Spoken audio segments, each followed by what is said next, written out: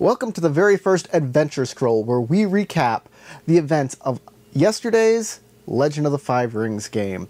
It was Mask of the Oni, and if you want to check that out, there's a little link probably down in the description and an eye in one of the corners. You'll figure it out. You're smart. We're not just going to recap the adventure of what happens, no. This show is more about why I, as a game master, made some of the decisions I made, where I'm kind of going in the future with this. There were a couple things I want to touch on. The first is Kuni Takeko. She's just a plot device. She's supposed to be a one-off thing that comes in and gives the players this weird prophecy. But they didn't really question her. They just let me go off and do what I do, which is be crazy at them. I played her up as much as I could. I gave even more information that was actually in the book. There's just a little blurb that you're supposed to say, and then it's one and done. And they just kind of all stared at me. All of my players was just like, you gonna do more? You gonna do more? And I'm like, okay, well, I guess I'll ramble on for a while and entertain you people. So I hope everybody got a kick out of my interpretation of Kuni Takeko, the crazy Kuni Shugenja that got visions. The next thing I want to talk about is Bayushi Tsubasa and Yusuke Ippei. So Yusuke Ippei says that he's corrupt. He will make deals for items. When he says that he doesn't have the items available for the PCs to get, the adventure says he's not lying. These are needed on the wall, but he's still going to wheel and deal. He doesn't care. He wants to get more out of life. So he's going to press the characters on leveraging some of that. Unfortunately, there's no roles listed in the adventure on how to make this happen. There's the convincing, everything like that is just, I assume, pure roleplay at this point. So I'm going to listen to what the players are doing and make up the roles on the spot. Looking back on that, maybe I missed an opportunity to showcase the intrigue rules, the intrigue conflict, social conflict in the game. I've gone on the record here, I don't like those rules on the surface. But that said, I haven't given them much of a chance. And every time the chance comes up, I just don't think of them. I simply play the game like every other role-playing game. You listen to what the role players roleplay, and then you make judgment calls based on that.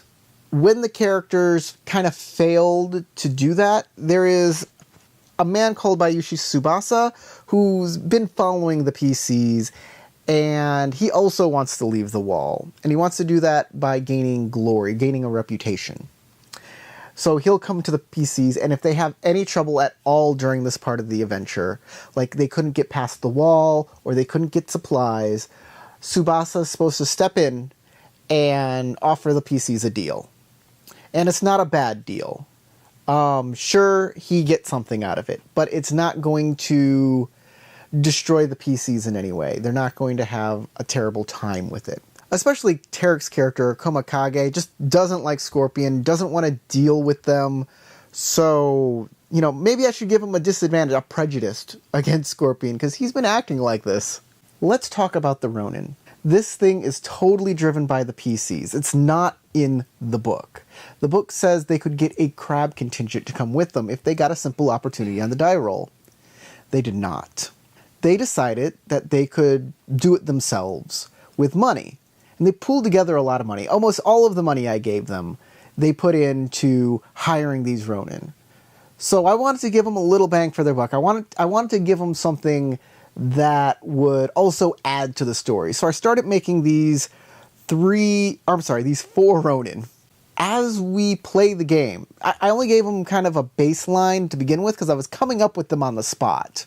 And I thought I did a pretty good job of coming up with these guys and starting to develop their personalities. But now that we're in between the games, I'm really going to do a deep dive on these guys and give them a good backstory. Right off the bat, is he pre-starting his car again? Yeah. This dude, doesn't get the idea that you don't have to start your car 15 minutes in advance every time. He's just wasting gas. Yeah. And polluting. Yeah.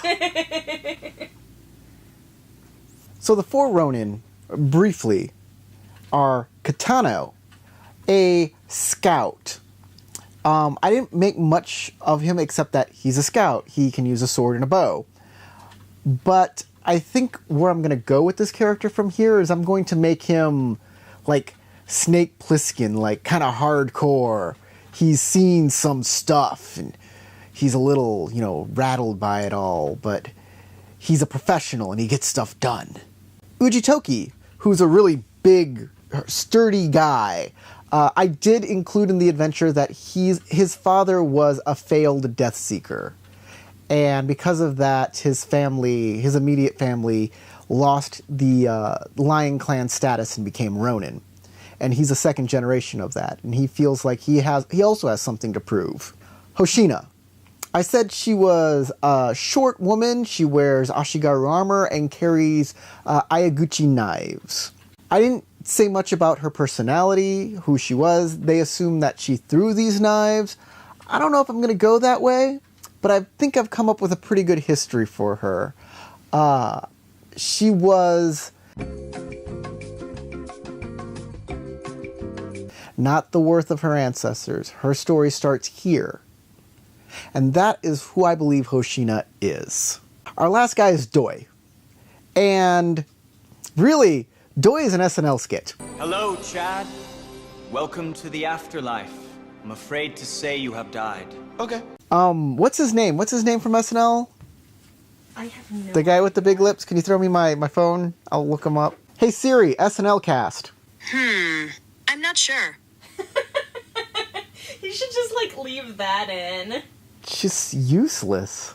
So Doi, I just based off a Saturday Night Live sketch by Dave Peterson. Dave, that's his name, right? Pete Davidson. Dave Peterson. What up? I have now something special in mind from him, but I don't want to spoil the surprise for anybody else. That's all good. If you like this video, give it a like, and I'll do more. See you later.